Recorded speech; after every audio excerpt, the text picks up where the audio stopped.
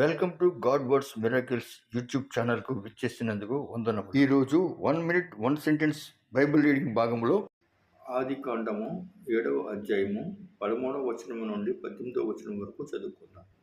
ఆదిరమందే నోవహును నోవహు కుమారులకు షేమును హామును యాపేతును నోవహు భార్యయు వారితో కూడా అతని ముగ్గురు కోడండ్రును ఆ ఓడలో ప్రవేశించింది.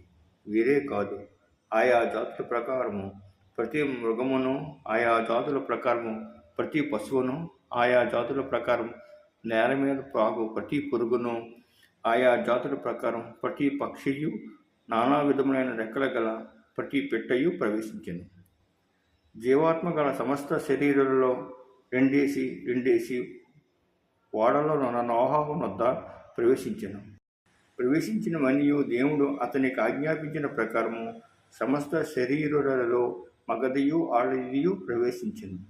అప్పుడు యెహోవా ఓడలో అతన్ని మూసివేసింది. ఆ జలప్రవాహము 40 దినములు భూమి మీద నుండగా జలములు విస్తరించి ఓడను తేలజేసినందున అది భూమి మీద నుండి పైకి లేచెను. జలములు భూమి మీద ప్రచండంగా ప్రబలి మిక్కిలి విస్తరించినప్పుడు ఓడ నీళ్ళ మీద నడిచెను.